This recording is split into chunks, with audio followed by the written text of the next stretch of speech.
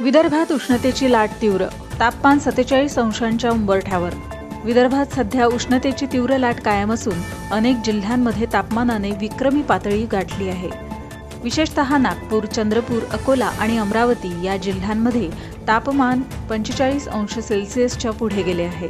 काही ठिकाणी पारा 46 अंशांवर पोहोचला असून 47 अंशाच्या दिशेने वाटचाल करत आहे। हवामान विभागाने पुढील 48 तास अत्यंत उष्ण राहण्याचा इशारा दिलाय, त्यामुळे नागरिकांनी आवश्यक ती काळजी घेण्याचे आवाहन करण्यात आले आहे।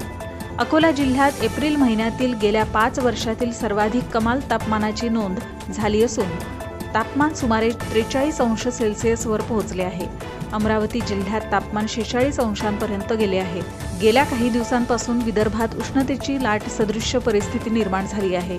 बहुतांश जिल्ह्यांमध्ये कमाल तापमान हे सरासरीपेक्षा 3 ते 4 अंशांनी जास्त नोंदवले जात आहे।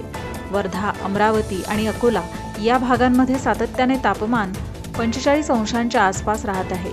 दरम्यान राज्यात सध्या कोरडे हवामान असल्यामुळे तापमानात वाढ होत आहे। मध्य महाराष्ट्र आणि मराठवाडा भागातही उन्हाचा तडाखा वाढला आहे। कोकणात उष्ण आणि दमट हवामानामुळे नागरिकांना अधिक त्रास सहन करावा लागत आहे।